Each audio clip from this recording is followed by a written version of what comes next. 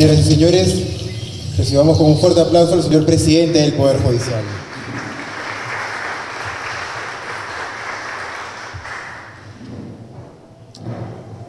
Con la venia, señor presidente. Damas y caballeros, tengan todos ustedes muy buenos días y bienvenidos a la ceremonia de presentación de avances del Poder Judicial en materia ambiental en conmemoración del Día Mundial del Ambiente. Saludamos en la mesa de honor al señor presidente del Poder Judicial y de la Comisión Nacional de Gestión Ambiental, el doctor Duberlí Apolinar Rodríguez Tineo. Fuertes palmas.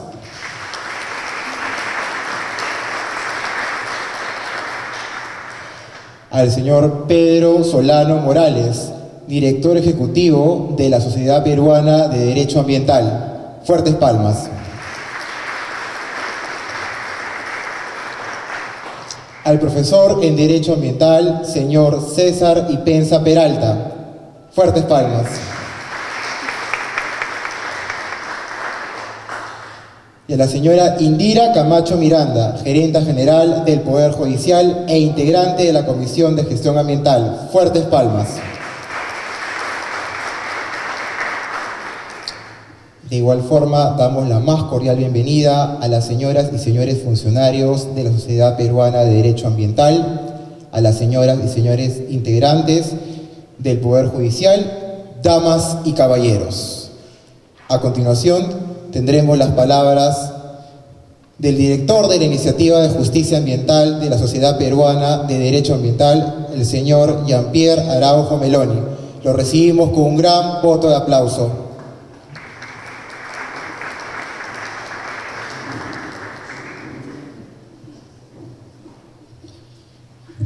Muy buenos días a la mesa de honor. Muy buenos días. Muchas gracias por la invitación, doctor Duberlí Rodríguez, doctor Indira, Pedro, César. Muchas gracias a todos.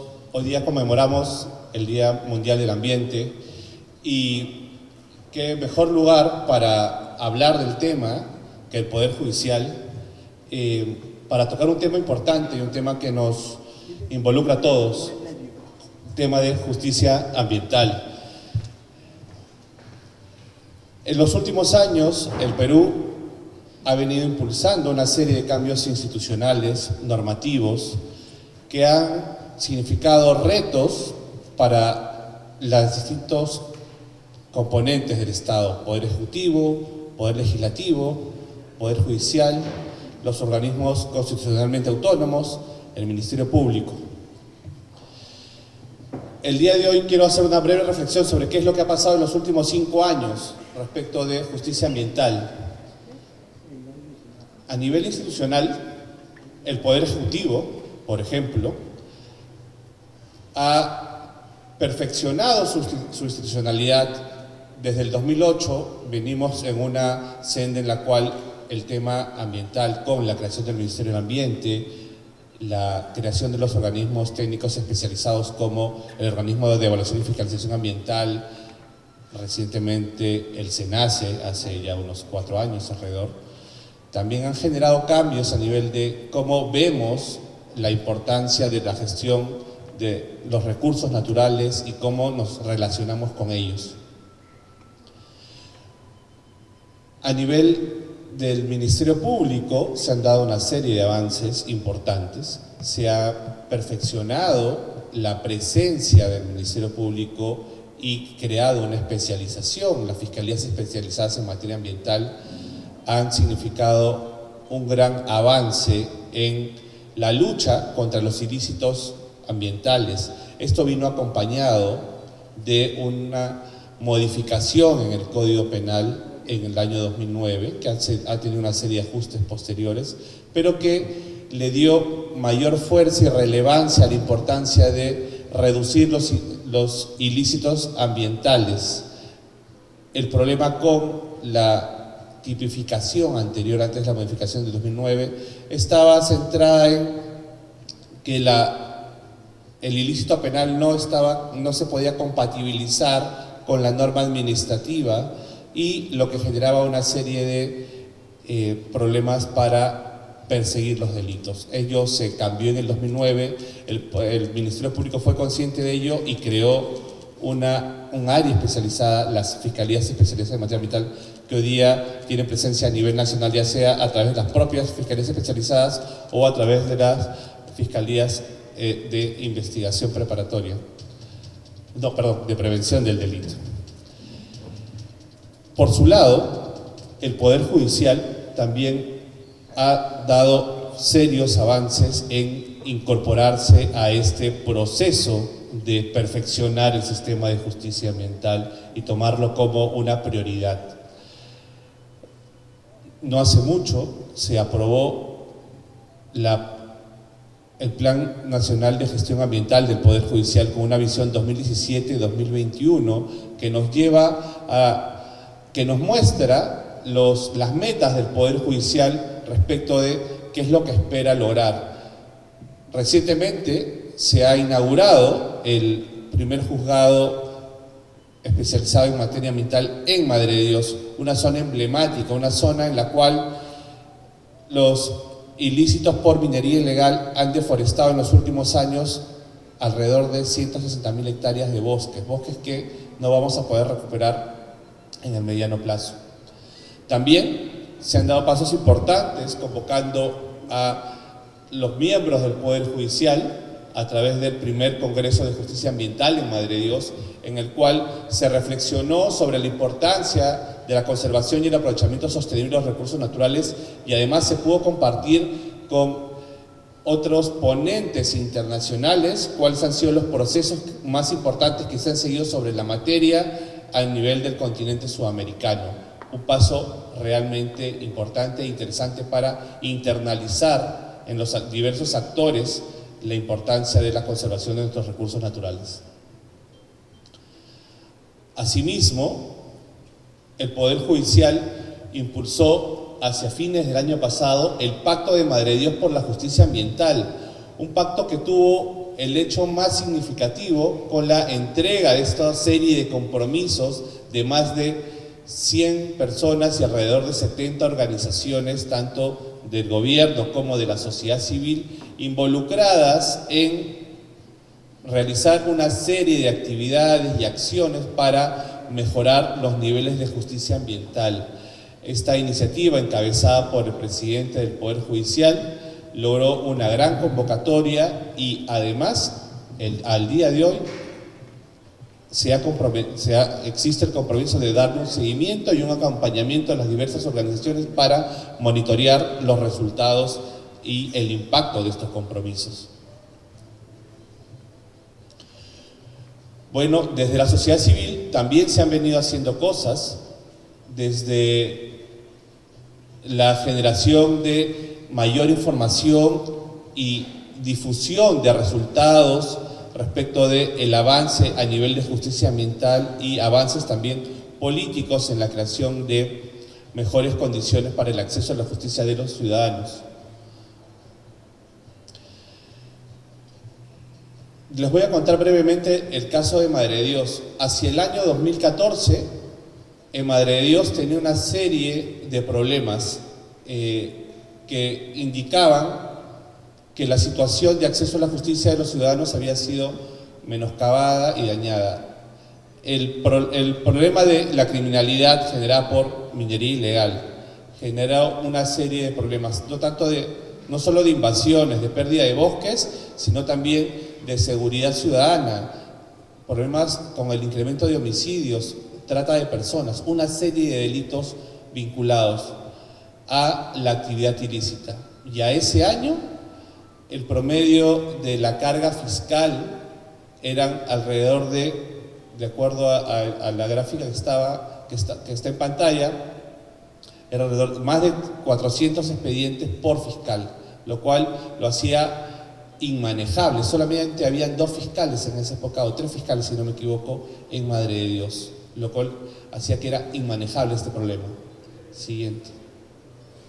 No obstante, la Fiscalía, consciente de la problemática, redobló sus esfuerzos, se generó mayor información y además se ha permitido que, en alianza con la sociedad civil, se puedan establecer mejores estrategias y generar cambios. La sociedad civil ha proporcionado información para impulsar cambios a nivel del Ministerio Público. Por ejemplo, el número de fiscales hoy día en Madre de Dios supera las 13 personas, los 13 fiscales encargados en la región, solo en Madre de Dios, lo que es un cambio muy importante, genera mayor respuesta respecto del Ministerio Público en la zona, y con la aplicación de procesos como el proceso inmediato genera también la oportunidad de reducir los índices de criminalidad in situ en el momento en que se están realizando. Personalmente, hemos contado además con una serie de resultados, como hemos apoyado desde la sociedad civil la consolidación de espacios de consenso y vigilancia de los propios ciudadanos en la zona, como el Comité de Gestión de la Reserva Nacional Tambopata, el fortalecimiento del sistema de custodios forestales, así como la implementación de sistemas de monitoreo y acompañamiento participativo de las acciones de conservación y de verificación y monitoreo de actividades ilícitas. Se ha logrado además dar la sostenibilidad de un servicio de asesoría jurídica hacia los ciudadanos más afectados por la problemática minera y de tala ilegal en la región Madre de Dios. Además, se han generado alianzas estratégicas con otras organizaciones de la sociedad civil para generar mayor información respecto de cuál es el estado de los bosques y cuáles son las áreas que están siendo afectadas a nivel inicial, y por lo tanto proporcionar esa información para que las autoridades puedan tomar acción. Pues bueno, hoy día podemos decir que existen una serie de fuentes de información para realizar el monitoreo del estado de los bosques. Tenemos desde el Geoservidor del MINAM, el Geobosques también del MINAM, el Sistema de Información Gerencial del CERNAM de Áreas Naturales Protegidas, el Sistema Nacional de Información Forestal y de Fauna Silvestre, la plataforma MAP de la Asociación para la Conservación de la Cuenca Amazónica, entre otros. Es decir, hoy día existe una serie de actores que nos pueden proporcionar información para mejorar la realización de nuestros trabajos desde cada uno de nuestros espacios y de cada uno de nuestras tribunas. ¿Qué es lo que nos queda ahora a todos, tanto entidades de la sociedad civil como del sector público, el Ministerio Público y el Poder Judicial? Es redoblar las alianzas de trabajo estratégico y además de colaboración. Existe una gran predisposición de las diferentes organizaciones del Estado a través de la suscripción de convenios y la ejecución de planes de trabajo debidamente clarificados con metas e indicadores. Siguiente. Desde la sociedad civil también nos toca seguir generando información sobre acceso a los derechos de los ciudadanos, cómo defenderse, cuáles son sus derechos a la participación, al acceso a la justicia, cómo implementar, cómo efectivizar la lucha por sus derechos fundamentales. Siguiente. Muchísimas gracias por su atención. Buenos días.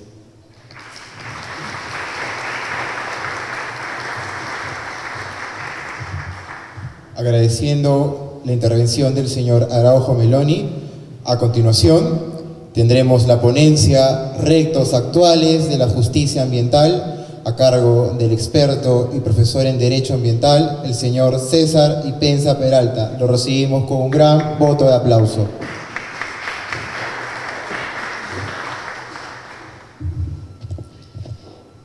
Muy buenos días a la audiencia. En primer lugar, agradecer al Poder Judicial representado por el doctor Duberlí la invitación para celebrar un día fundamental para aquellos que estamos involucrados en el tema ambiental.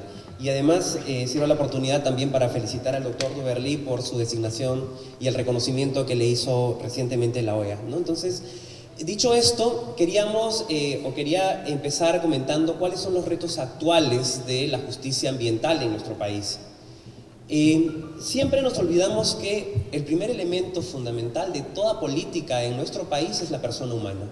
Y sobre la persona humana giran todos los otros elementos, todos los demás derechos.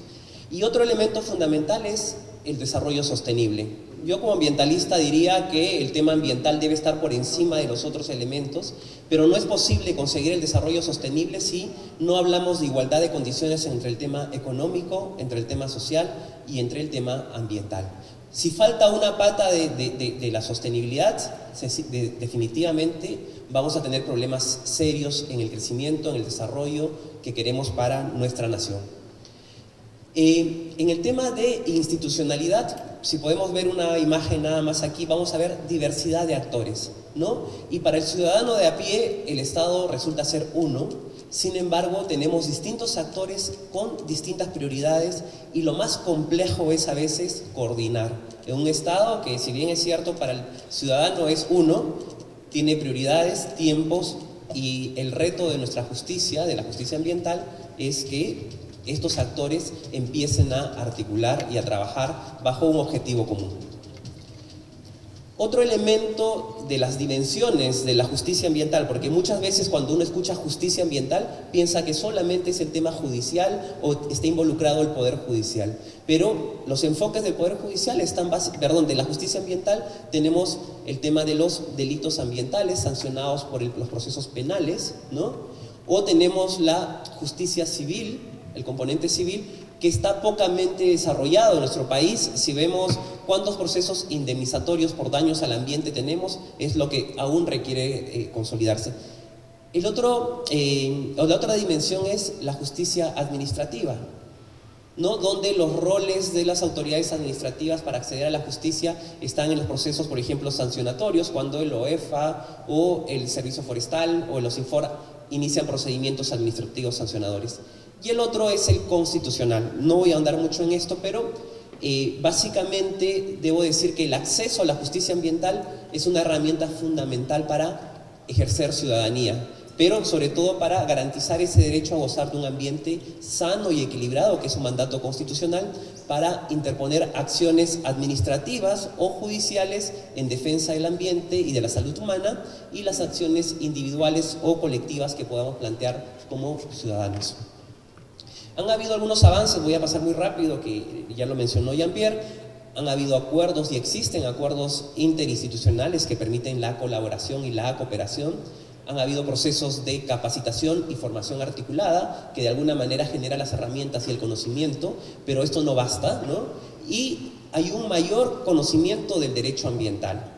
Pero este conocimiento no solamente debe estar en saber cuáles son las normas, a quién debo recurrir, sino el elemento ambiental tiene un fuerte componente de sensibilidad. Si yo no tengo un juez o una autoridad administrativa que discrimine, que no estoy frente a un robo o un hurto, cuando estoy o comparar un caso de hurto o de robo frente a la destrucción de un bosque, definitivamente esto no va a tener éxito en el país, ¿no? Estos son los diversos procedimientos sancionadores que ha tenido el OEFA desde su creación, que evidencia un incremento, porque muchas veces también se cuestiona la institucionalidad, pero lo cierto es que la fiscalización ambiental propia existe recién desde la creación de esta entidad, los procedimientos administrativos concluidos, ¿no? Y este es otro elemento que quisiera quedarme, ¿no? La carga procesal penal. Y esto está registrado por la Procuraduría Especializada en Delitos Ambientales del Ministerio del Ambiente, que nos muestra que hacia febrero de este año teníamos 20.723 casos vinculados a delito ambiental. Esto hace que haya una sobrecarga, estamos hablando de uno de los últimos delitos tipificados en nuestro Código Penal, pero si uno ve los componentes o los casos, va a poder empezar a disgregar y a decir qué sucede en la carga. Y bueno, tenemos una alta recurrencia por ejemplo, si alguien emite, no sé, una chimenea de una pollería, ya constituye un delito penal. Alguien dispone inadecuadamente los residuos sólidos al costado de un vecino y están denunciando. Esto nos ha llevado a una situación donde hay casos donde definitivamente no amerita una sanción penal y no va a ameritar, y lo que está haciendo es más bien sobrecargar nuestro sistema. Los delitos ambientales de mayor incidencia, bueno, también se ha dicho, son los de tala y minería ilegal, y por tanto, de alguna manera evidencia la necesidad de atender o de tener capacidades en torno a esos delitos. Voy a pasarlo muy rápido. En el tema de avances podemos resaltar también que tenemos fiscalías especializadas en materia ambiental en casi todo el país, ¿no? Este es un avance importantísimo y hoy en día nuestros fiscales conocen, y tenemos algunos fiscales importantísimos, como el caso de la doctora Lamadrid en Chimbote, que tiene una labor increíble en torno, por ejemplo, a casos de pesca ilegal, ¿no? Y que definitivamente están haciendo camino en torno a esto. Herramientas como el geobosques. El otro elemento, si estamos hablando que los delitos mutan, se transforman, no podemos dejar de utilizar la tecnología para enfrentarlos. Por ejemplo, el tema de los drones, ¿no? O transparentar también las decisiones. Un compromiso que está recogido en el Pacto por la Justicia Ambiental, ¿no?, es el tema de transparentar las decisiones. Yo lamentablemente, por ejemplo, en materia de justicia, del tema del Poder Judicial, creo que está el compromiso, pero por ejemplo, si quisiera ver cuáles son las sentencias en materia ambiental, en línea no las podría ver, ¿no? En caso de las decisiones administrativas, creo que es un primer paso importante, pero debemos entender la justicia ambiental como un proceso, no como una situación que demanda inmediatez. Tenemos el caso del Juzgado Especializado en Materia Ambiental, que es un hito también, que fue recientemente inaugurado, ¿no? Y creo que es un paso importantísimo que evidencia el gran compromiso que tiene este poder del Estado en torno a la materia. Y no podemos dejar de hablar de los procesos internacionales. Hoy en día celebramos el Día Mundial del Ambiente porque el año 72 en Estocolmo se inició casi las bases de lo que hoy en día es el derecho ambiental y casi toda la política ambiental global. Pero 20 años después, en la conferencia de Río, ¿no?, en junio también del 92, se desarrollaron ciertos instrumentos internacionales, ¿no? Uno de esos instrumentos internacionales es la Declaración de Río sobre Medio Ambiente y Desarrollo. La Declaración de Río dio diversos principios ambientales que son legislación hoy en día nuestra. Uno de esos principios fue el principio 10 de Río de Janeiro, y yo he tenido de alguna manera el honor de ser parte del proceso de acompañar y presidir la delegación peruana para negociar lo que hoy en día es el acuerdo del principio 10 o acuerdo de Escazú, ¿no?, que es sobre acceso, sobre participación y sobre justicia ambiental. Es el primer acuerdo y posiblemente el más importante acuerdo de nuestra época, ¿no?, en materia ambiental, que es un principio que habla sobre la democracia ambiental. Y ha sido muy curioso el proceso de negociación, ¿no?, porque normalmente se acostumbra a que es el Estado y solo los representantes de los Estados quienes negocian o participan en una negociación. En el caso del proceso del acuerdo del principio 10, la sociedad, ¿no?, el público que se denomina en la negociación, era quien intervenía con voz para plantear sus retos, para plantear sus preocupaciones en torno a los procesos de cómo accedo a la información, que esa información me va a ser útil para poder tomar decisiones y participar de manera activa, y con esa participación y esa información voy a poder acceder a la justicia ambiental, ¿no? Este acuerdo plantea importantísimos retos, que es el acuerdo regional sobre acceso a la información, participación pública y acceso a la justicia en asuntos ambientales en América Latina y el Caribe. Hemos participado 24 países en la negociación de los 31 países que son parte de este proceso, ¿no?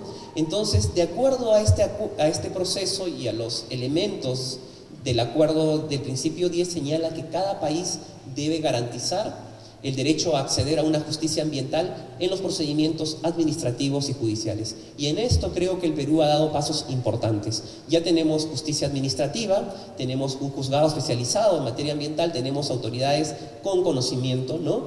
Luego, contar con órganos competentes judiciales y o administrativos con conocimientos en materia ambiental.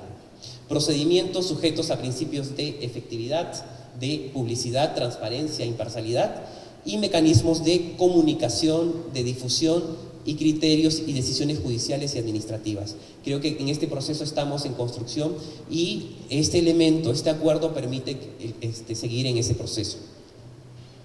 Algo importante del acuerdo de principio 10 o de Escazú, que se denomina, que es una zona en Costa Rica, nos habla de diversos principios que ya estaban recogidos en el derecho ambiental, pero nos plantea nuevos principios que no estaban escritos o adaptados.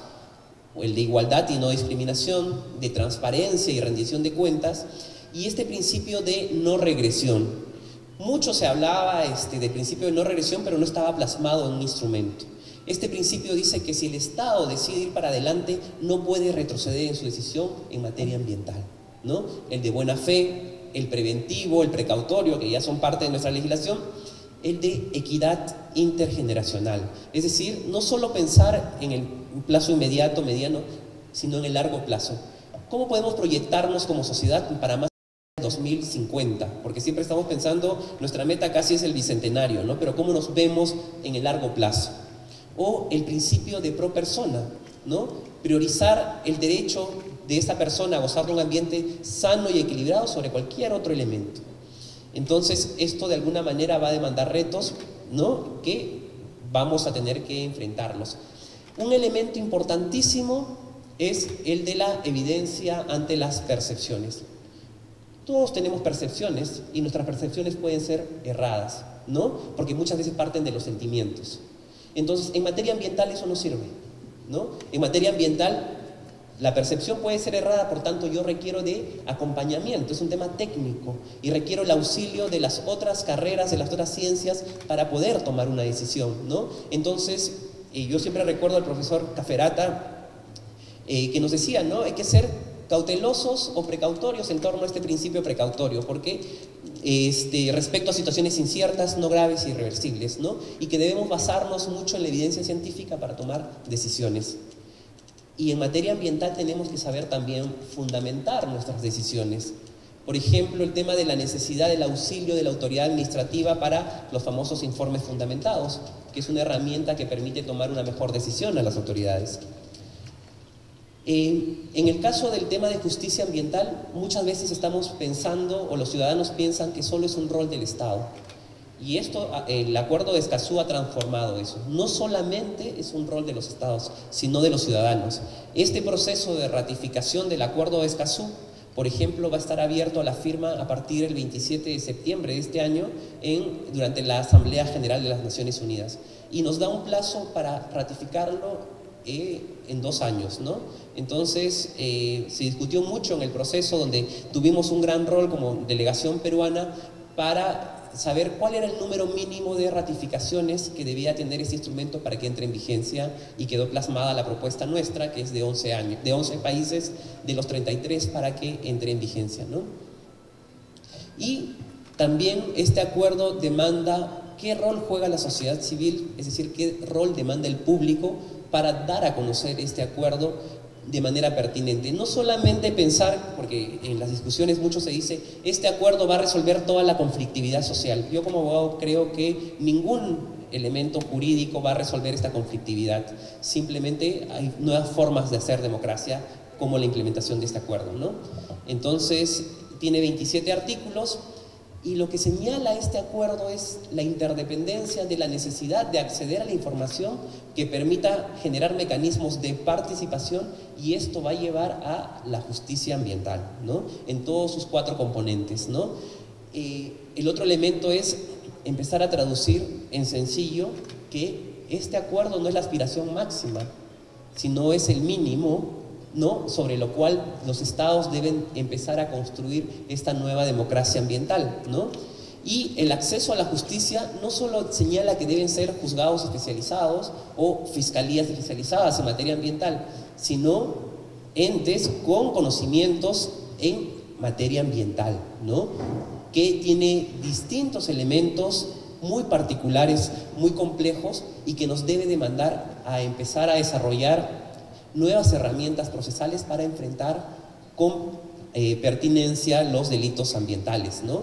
Y también empezar a señalar que este acuerdo de Escazú no es sino un acuerdo de derechos humanos, ¿no?, y que demanda y que requiere el concurso de los distintos actores, no solamente porque dice ambiental deba ser el Ministerio del Ambiente, sino de distintos sectores, de distintos poderes del Estado para su debida implementación, ¿no? Es cierto que requerimos, por ejemplo, Lo hemos visto en el día a día con los procesos de apelación, por ejemplo, cuando se logra una sentencia efectiva en primera instancia y un proceso de apelación. Esto demanda que requerimos, por ejemplo, fiscales superiores especializados en materia ambiental, jueces y salas en materia ambiental a nivel nacional, y sabemos que hay un compromiso próximo, ¿no?, para implementarla en otras regiones de nuestro país. El tema de los peritos ambientales, ¿no?, la necesidad de contar con metodologías del cálculo de impacto en el ambiente, ¿no? ¿Cómo ayuda estas metodologías a la toma de decisiones de nuestros magistrados? Otro elemento fundamental es aprender a transparentar las decisiones que se tomen, ¿no?, o la capacidad de todos los órganos de instituciones para enfrentar hechos evolutivos, porque hay muchos delitos que empiezan a mutar, a transformarse. Y, por ejemplo, en el caso, si se diese el caso, por ejemplo, que siempre le comento aquí a la doctora Vega, doctora, si tuviéramos el caso de pesca ilegal y tuviéramos que llevar, por ejemplo, a un fiscal al mar, por ejemplo, ¿no?, ¿cuál sería la competencia? Tendría que asignarse una competencia específica, y esto empieza a transformar las necesidades, responder a las necesidades del contexto, ¿no? O también el uso de tecnología para enfrentar los delitos ambientales, ¿no? Y protocolos que de alguna manera permitan, por ejemplo, a los fiscales decir, ojo, estos procesos no son no importantes, sino no constituyen un delito penal y por tanto debieran definitivamente llevarse al archivo, más allá que tener abierta una carpeta que va a terminar en un proceso que no va a ser, ¿no?, de juzgamiento. A manera de conclusión, quisiera decir que la materia ambiental es un tema técnico y como tal requiere todo el respaldo técnico en las decisiones que se tomen, ¿no? Requiere un profundo conocimiento de las competencias por parte de los operadores de justicia para poder permitirnos acceder a la justicia ambiental de manera oportuna y adecuada. Pero los delitos ambientales son especializados y este profundo conocimiento también demanda sensibilidad. Si yo veo que una persona no tiene sensibilidad para enfrentar este delito, definitivamente siento que no va a entender. Por eso muchas veces se quejan donde dicen, bueno, tráeme la prueba evidente o que él estaba cometiendo el delito casi filmado, ¿no? Cuando tenemos incluso en el Código Penal que señalan actos preparatorios para la comisión de algunos delitos, ¿no? Entonces, también se evidencia la necesidad de que se articulen todas las autoridades y de alguna manera creo que el Pacto por Madre de Dios es un ejercicio importante que evidencia una convergencia de las decisiones para vernos o cómo nos vemos en el mediano y en el largo plazo respecto a la justicia ambiental, ¿no? Entonces, esos son los elementos que quería plantearles. Les agradezco muchísimo por la atención y nuevamente gracias, doctor, por la invitación.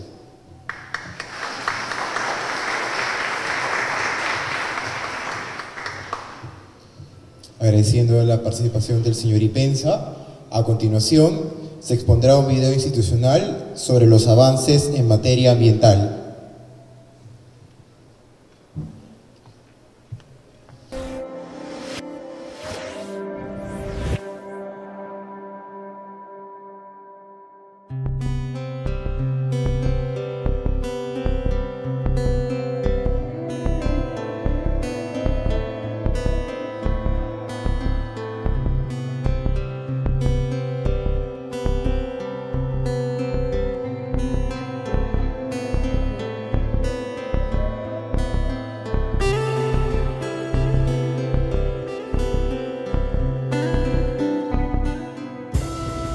Justicia es también defender nuestro medio ambiente de la contaminación.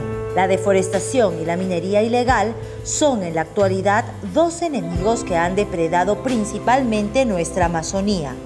Solo en Madre de Dios se han perdido 162.573 hectáreas de bosque en los últimos 15 años.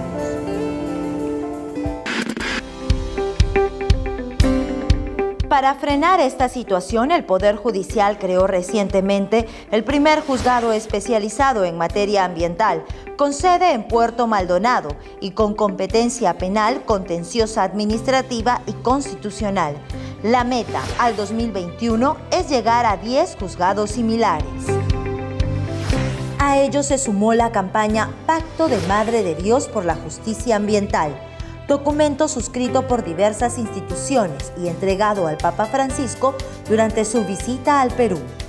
En esa región también se realizó el primer Congreso Internacional de Justicia Ambiental, con la participación de 150 jueces de todas las cortes del país.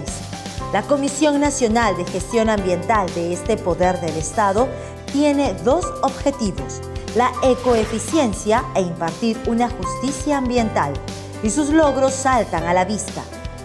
En la Corte Suprema se ha implementado el proyecto Techo Verde, símbolo ecológico de nuestra institución. Cuenta con áreas verdes y con 4 paneles solares que sirven para iluminar el despacho de la presidencia. En Cajamarca, la Corte Superior implementó un proyecto similar que brinda energía limpia a varios de sus ambientes. Ayudaron a implementar el juzgado a que se firme el pacto. En Ancash, los jueces y campesinos sembraron 1000 quenuales y pinos radiata. Se han dictado 140 sentencias en materia penal y otras 1.438 en materia contenciosa administrativa a nivel nacional. Solo en la Corte Suprema, en abril último, se ha reciclado más de 2 toneladas de papel y cartón y 146 kilos de plástico. El compromiso del presidente del Poder Judicial, Duberly Rodríguez Tineo, es ampliar el número de juzgados ambientales, más aún cuando este año la ONU declaró al Perú como sede regional del Día Mundial del Medio Ambiente, que se celebra este 5 de junio. Todos estos logros han generado que la OEA lo declare como embajador de buena voluntad por la justicia ambiental de dicho organismo.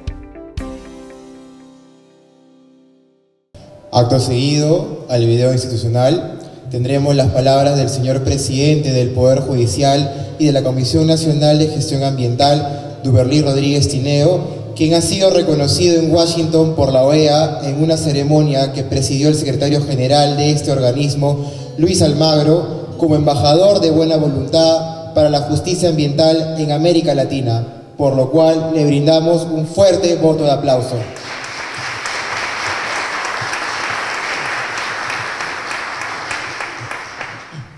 Buenos días a todas y a todos.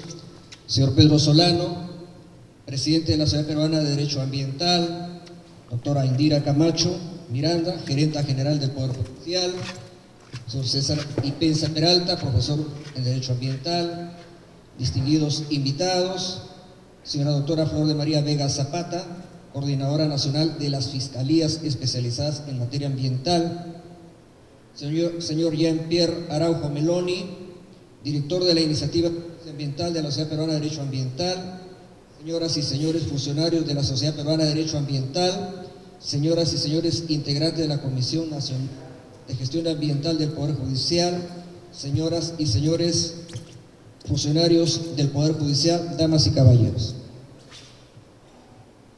Cuando hice mi saludo hace 2 días en el seno de la Organización de Estados Americanos, OEA, en Washington, utilicé lo que los profesores llamamos una motivación, es decir, cómo captar la atención de los alumnos. Eso se llama motivación. O sea, alguna cosita que podría ser un tema, un lema, una idea, una noticia. Bueno, yo escogí una noticia. Esa noticia es que la prensa internacional reportaba hace 2 días que una ballena murió después de tragarse 80 bolsas de plástico en Tailandia. Esas 80 bolsas de plástico constituían 8 kilos en el vientre de la ballena que le impidieron ingerir otros alimentos y por tanto causaron su muerte. Es decir, el plástico, la contaminación con el plástico en los mares, miren a lo que conduce, por ejemplo, a la muerte de esta ballena. Y este año, ¿qué cosa nos ha otorgado como tarea las Naciones Unidas? Cada año la ONU organiza el Día Mundial del Ambiente en torno a un tema, Porque en tema de medio ambiente pues hay contaminación ambiental, contaminación sonora, minería ilegal, deforestación. Hay un sinnúmero de hechos que merecen la atención nuestra. Pero la ONU escoge un punto. Y en función de ese punto justamente estaba la noticia que les acabo de dar. Entonces, el tema que este año ha escogido la ONU para centrar la atención es sin contaminación por plástico. Ese es el lema de este año, sin contaminación por plástico. ¿Por qué? Porque cada año el mundo usa 500.000 millones de bolsas de plástico. Cada año al menos 8 millones de toneladas de plástico terminan en los océanos. En los océanos, el equivalente a la descarga de un camión de basura cada minuto. En la última década producimos más plástico que en todo el siglo pasado. Es decir, en 10 años producimos más que en 100 años plástico. 50% del plástico que usamos es de un solo uso o desechable. Compramos 1 millón de botellas de plástico por minuto. ¿Se pueden imaginar? 1 millón de botellas de plástico por minuto. Cada año usamos 17 millones de barriles de petróleo para producir botellas de agua. El plástico es derivado del petróleo y el petróleo es combustible fósil y el combustible fósil es contaminante. Por eso hay que dejar atrás los combustibles fósiles y hay que ir por los por las energías verdes, por las energías limpias, renovables, como la eólica con el viento, como la solar, ¿cierto? Pues bien, y el plástico constituye el 10% de todos los residuos que generamos. El tema de este año entonces es sin contaminación por plástico, y hay que ver qué está pasando en nuestro país o cerca de nuestro país. Como yo soy un poco curioso, ando leyendo o guardando las noticias que nos interesan. Tengo la última revista de Hildebrand en sus 13 y aparece una noticia que no sé si ustedes la habrán podido ver. Isla de basura, isla de plástico del tamaño de México, que después de Estados Unidos es el país más grande en Norteamérica, porque en Sudamérica es más grande, es Brasil. Pero del tamaño de México. ¿Y dónde creen que está esta isla de plástico? Está frente a Chile y también ya prácticamente frente a nuestras costas. ¿Qué dice esta noticia? El hallazgo de la isla de plástico de 3 millones de kilómetros cuadrados es para que nos dé un desmayo. 3 millones de kilómetros cuadrados que flota frente a las costas chilena y peruana. Es el Centro de Investigación Norteamericano Algalita. Esa es me imagino, una ONG que está estudiando este tema. Esta isla está en el Pacífico Sur, que se ha convertido, miren la palabra que usa la revista, se ha convertido en una sopa espesa donde abundan los microplásticos y una gran cantidad de residuos de industria pesquera. Por donde navegábamos encontrábamos plásticos desde el tamaño de un grano de arroz hasta de una red industrial. Esto es muy alarmante. Y esta isla de plástico que está en el sur del Océano Pacífico se suma a otra isla de plástico que está en el norte también del Pacífico, ¿no? Que tiene una extensión de 1.9 millones de kilómetros cuadrados, casi 2 millones de kilómetros cuadrados tiene la isla de plástico que está en el Pacífico Norte. Entonces, como esta isla de plástico está frente a las costas chilenas, el actual presidente de Chile, Sebastián Piñera, ha presentado un proyecto de ley en el Parlamento chileno para que se apruebe una ley que elimine el uso del plástico. Y ya se aprobó en la Cámara de Senadores de Chile. Falta nomás que se apruebe en la Cámara de Diputados. En este proyecto de ley no solamente se tiene que disponer el no uso ya de las bolsas plásticas que no sean biodegradables, obviamente, sino que incluso se impone un castigo a aquellas personas que injustificadamente sigan usando bolsas de plástico. Porque si ya es ilegal el uso de las bolsas de plástico, quien las debe usar tiene que ser sancionado. Y ahí están poniendo que la multa que van a poner a cada ciudadano que haga uso de bolsas de plástico será de $300. $300. Me parece bastante razonable esta propuesta, porque también en el caso nuestro también tenemos varias propuestas, y viendo el diario de la República de hoy día, veo que en el Día del Medio Ambiente, porque hoy día 5 de junio es el Día Mundial del Medio Ambiente, se debate el predictamen de la ley del uso del plástico. Predictamen todavía. Esperamos que hoy día, en el Congreso de la República, en homenaje al Día Mundial del Ambiente, y teniendo en cuenta que este año las Naciones Unidas han considerado como el objetivo principal en la lucha por la defensa del medio ambiente el ir dejando el uso del plástico bajo el lema sin contaminación por plástico, espero que nuestros congresistas, por lo menos a nivel de la comisión, porque todavía no es el pleno, por lo menos que ya el predictamen sea aprobada en la comisión respectiva del Congreso. Así estamos en este tema de los plásticos. Imagínense, una isla frente a nuestras costas, ahora frente a Chile y frente al Perú, y otra en el norte, en el Pacífico Norte. Entonces, por algo tenemos que ir caminando en buena dirección. Ahora, como hay algunos países que son altamente contaminantes, por ejemplo China es altamente contaminante, Estados Unidos, Rusia, la India, la población principal del mundo se concentra en dos países. ¿Dónde?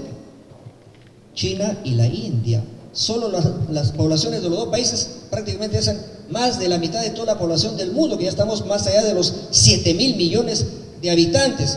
Pues bien, para que vean que estos países sí tienen una política de Estado orientada a ir eliminando la contaminación ambiental y otros males ambientales.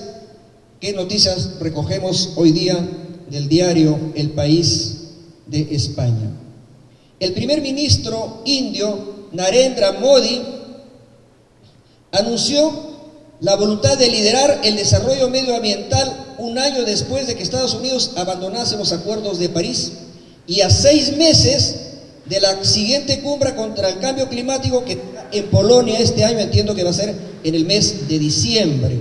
Acuérdense que la COP20 fue a Lima el 2014, si no me olvido, y donde cuando yo era presidente del Consejo Directivo de la Academia de la Magistratura, logramos que venga al Perú el Premio Nobel de la Paz por su lucha por la defensa del medio ambiente. El señor Al Gore vino, tuvimos una conferencia en el Hotel Westin donde hubieron más de 600 personas, entre magistrados, fiscales, estudiantes universitarios. Entonces, en la India, bajo el lema vencer la contaminación del plástico, ya tienen un lema más concreto, porque el lema de la ONU es sin contaminación por plástico. La India ya le agregó una palabrita más, vencer la contaminación del plástico, es decir, como una tarea ya, digamos, imperativa, como una obligación. Eso es lo que la India se ha puesto, digamos, como tarea por delante. Y por esa razón es que ellos ya han tomado decisiones en ese camino. Y como la China y la India son respectivamente primer y cuarto mayor emisor de gases de efecto invernadero, entonces ambos han creado un lema, crece ahora, han abandonado el lema crece ahora, limpia después. Habían países que decían crece, desarrollo, no importa el tema del medio ambiente, lo arreglamos después. Primero crecemos y luego limpiamos. Primero ensuciamos y luego limpiamos. Primero limpiamos y luego crecemos. Esa es la forma como ellos están viendo. Entonces, en el ámbito urbanístico, China, miren, es el mayor fabricante mundial de vehículos eléctricos. O sea, los vehículos ya son eléctricos, para que no usen gasolina, para que no usen petróleo. Mientras que la India promete vender solo esos automóviles para 2030. Con políticas nacionales para la mitigación del carbono, los dos países reconocen que los combustibles fósiles son incompatibles con el desarrollo sostenible y conducen su transición económica por la vía de las renovables. Van por las energías renovables. India va camino de superar los objetivos marcados para 2022 gracias al aumento de las instalaciones solares y eólicas, mientras mantiene un crecimiento anual robusto como su vecino del norte, vale decir, China. Ante el vacío dejado hace un año por Estados Unidos, los modelos de India y China parecen estar llamados a liderar la política medioambiental del futuro. Para el año 2030, los dos colosos asiáticos sumarán el 34% de la población mundial, el 30% de la economía global y el 32% de la demanda de energía primaria. Entonces, miren, cuando una persona confiesa sus faltas, confiesa sus delitos, ¿qué cosa es el mejor remedio? No solamente confesar, sino no volver a hacer lo malo que estaba haciendo. Esa es una confesión verdadera, porque si en la iglesia, ante el cura me arrodillo, padre, he cometido tal pecado, me golpeo el pecho, me manda a hacer penitencia y al día siguiente estoy haciendo lo mismo, no tiene ningún sentido. Es una confesión falsa, hipócrita. ¿Y qué pasa cuando los países del mundo dicen, sí, nosotros contaminamos? Está bien que lo digan, pero ¿cuál es su compromiso? Ya no contaminar, pues. Y si la China y la India son altamente contaminantes, ¿qué están haciendo ahora? Están dejando atrás esas políticas de contaminación. Entonces no hay doble discurso de que digo una cosa y hago otra cosa. Yo que para quedar bien con un público, con un auditorio, para las tribunas, para ganar aplausos, como mucho ocurre en nuestro país, digo una cosa, pero sin embargo hacemos otra, ¿no? En este caso, los datos son fidedignos. La India y la China van a liderar la lucha contra el cambio climático y me parece muy bien, porque son dos países que están llamados prácticamente a reemplazar a los Estados Unidos en su hegemonía como potencias económicas en el mundo. Bien, se ha puesto como parte de la agenda que hemos hecho en el Poder Judicial, porque ahora que es el Día Mundial del Medio Ambiente, un poco como que rendimos cuentas, qué hemos hecho o qué estamos haciendo. Miren,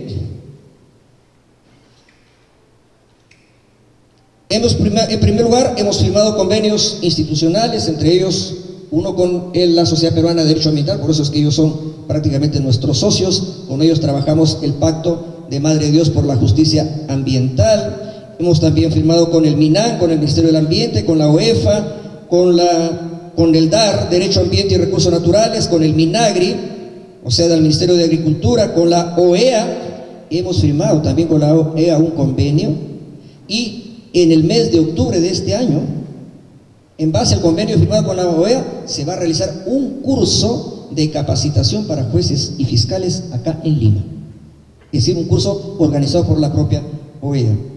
También un convenio con la Asociación de Damas del Poder Judicial. Pero también hay que dar muestras prácticas. Ese techo, esa azotea que formaba parte de los techos de Lima, que son los techos más feos del mundo, y lo digo con absoluta certeza, ese techo ya no va a ser uno de los más feos del mundo. Tal vez sea uno de los más bonitos del mundo, ojalá.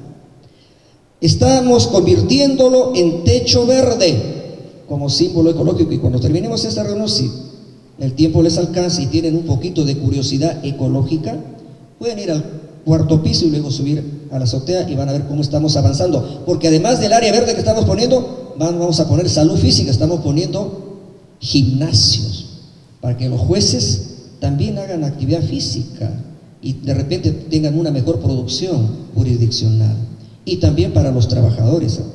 Entonces, eso estamos haciendo. Y ya han visto, 4 paneles solares. Los focos de la presidencia de la Corte Suprema se iluminan con energía solar, con energía limpia, con energía verde, no con energía sucia, la que viene de los combustibles fósiles. Con eso se ilumina ya la presidencia de la Corte Suprema. Hemos realizado el Congreso Internacional de Justicia Ambiental en Madre de Dios, en noviembre del año pasado, con la presencia de especialistas, de profesores de varios países del mundo, chilenos, brasileños, argentinos. Hemos firmado el Pacto de Madre de Dios por la Justicia Ambiental, que son 10 compromisos, y ese pacto lo entregamos en 3 idiomas, en quechua, español e italiano, al Papa Francisco, en sus manos. Ese pacto fue entregado el 21 de enero del 2018 al Papa. También tenemos funcionando la Comisión Nacional de Gestión Ambiental, que yo todavía sigo presidiendo. Y en el tema de la justicia especializada en materia ambiental, hemos inaugurado en Puerto Maldonado un módulo de justicia ambiental con juzgado de investigación preparatoria y con un juzgado unipersonal o de juzgamiento. Y también les informo que en el año pasado, el 2017, pedimos al Poder Ejecutivo la creación de 6 juzgados ambientales como una demanda adicional. Pedimos 6, nos dieron 1, no importa, por algo se empieza. Y ese 1 ya está en Puerto Maldonado. ¿Por qué? Porque cada juzgado o cada módulo tiene un costo, pues no es que sea gratis. No es que yo, Duberlido Rodríguez, se le ocurra poner un juzgado y que, ¿de dónde sacamos el dinero para pagar los salarios de los jueces, de los secretarios, toda la logística, la infraestructura? Pero les anuncio lo siguiente: el Consejo Ejecutivo del Poder Judicial ha aprobado implementar otro juzgado más, con recursos propios, no que nos da el gobierno central, sino haciendo caja de los recursos propios por las tasas judiciales. En lugar de gastar eso en gastos superfluos, innecesarios, lo destinamos para otro juzgado ambiental, y desde el 1 de junio de este año ya está funcionando en Pucallpa, en Ucayali. Esa es una noticia que quiero compartir con ustedes esta mañana.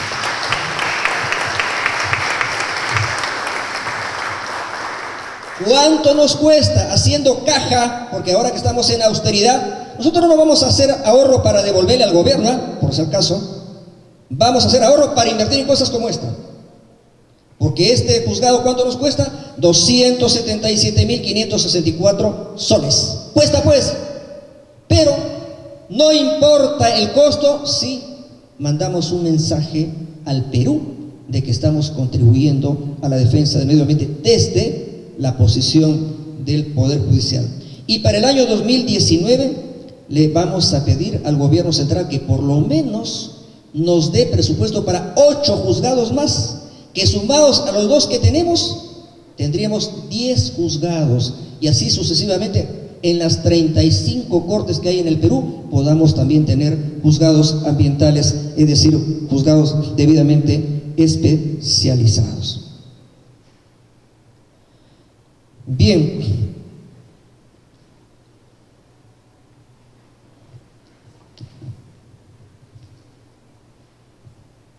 también hemos tratado de implementar las comisiones distritales de gestión ambiental, para que en cada corte exista una comisión de gestión ambiental, para que vea el tema de coeficiencia y todos esos temas. Entonces vamos a volver a hacer este año un Congreso Internacional de Justicia Ambiental. También nuestro canal de televisión Justicia TV siempre está difundiendo los temas ambientales, y lo que quisiéramos, ojalá, voy a hablar, espero con el propio presidente de la República, es comprometer o emplazar al gobierno para que tome la decisión política de dar golpes fuertes y certeros a delitos ambientales graves como la minería ilegal. ¿Dónde hay que dar ese golpe? En Puerto Maldonado, en Tambopata y en la Rinconada en Puno. Esos son los 2.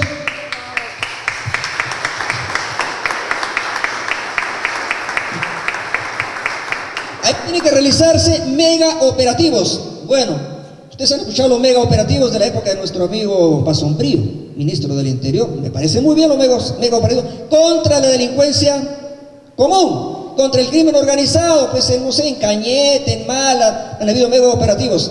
¿y por qué no hacemos un mega operativo contra la minería ilegal en Puerto Maldonado? ¿Y por qué no hacemos en la Rinconada a 5.000 metros de altura en Puno?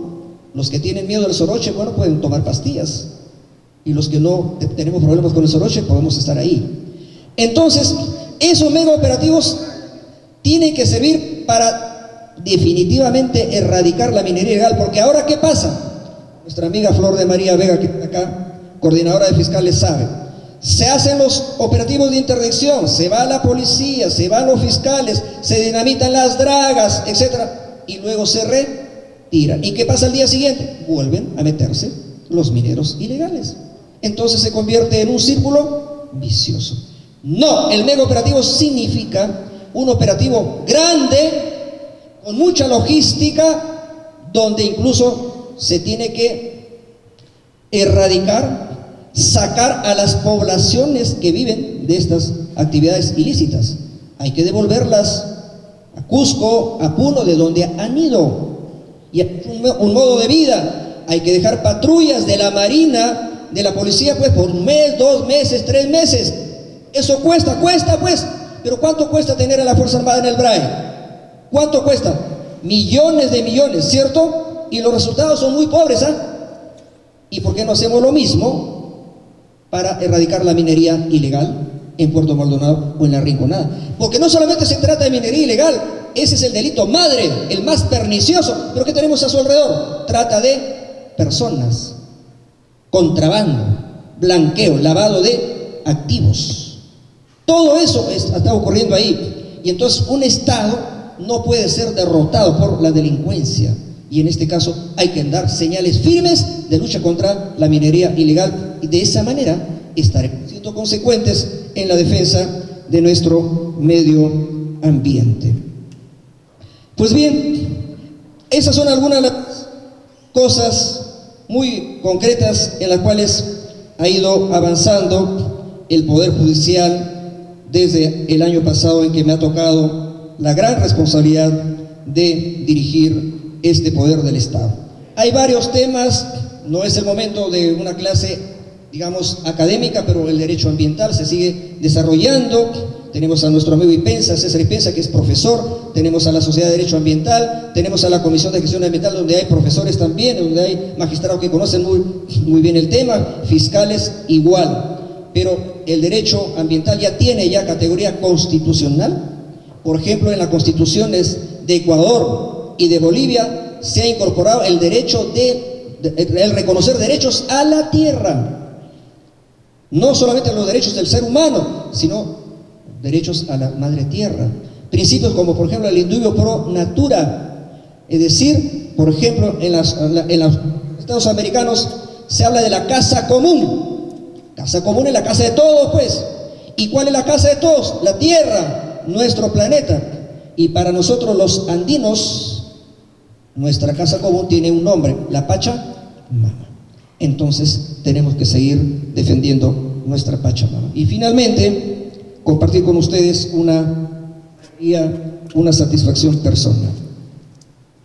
De manera generosa, la Organización de Estados Americanos, la OEA, en la persona de su secretario general, don Luis Almagro, secretario general, el día 3, hace 2 días, en Washington, me ha otorgado el nombramiento de embajador de buena voluntad de la Organización de los Estados Americanos para la Justicia Ambiental.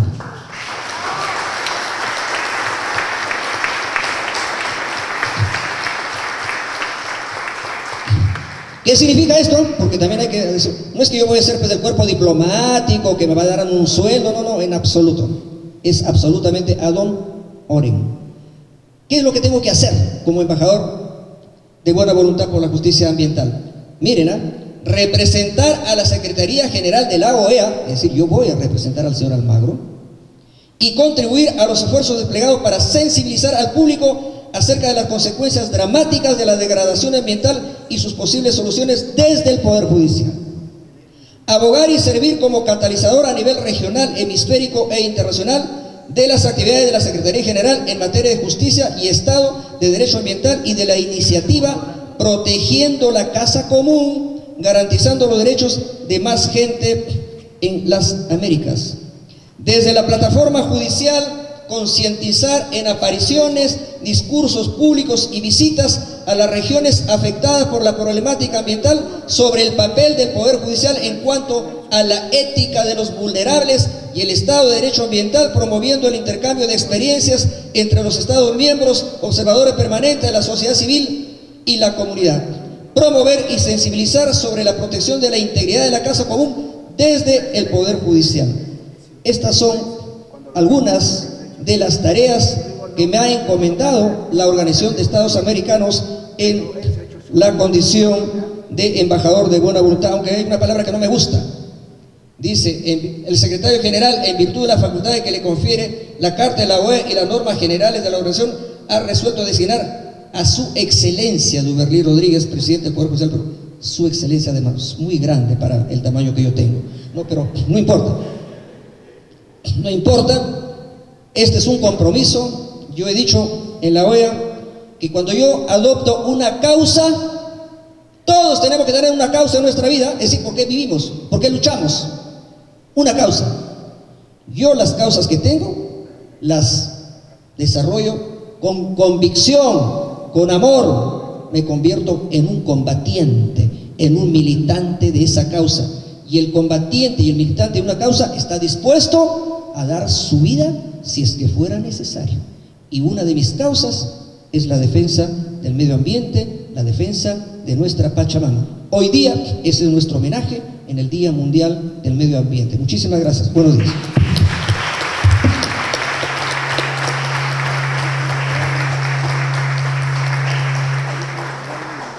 Agradeciendo las palabras del señor presidente, por favor invitamos a los integrantes de la mesa de honor a la parte central del podio principal para la foto oficial de estilo.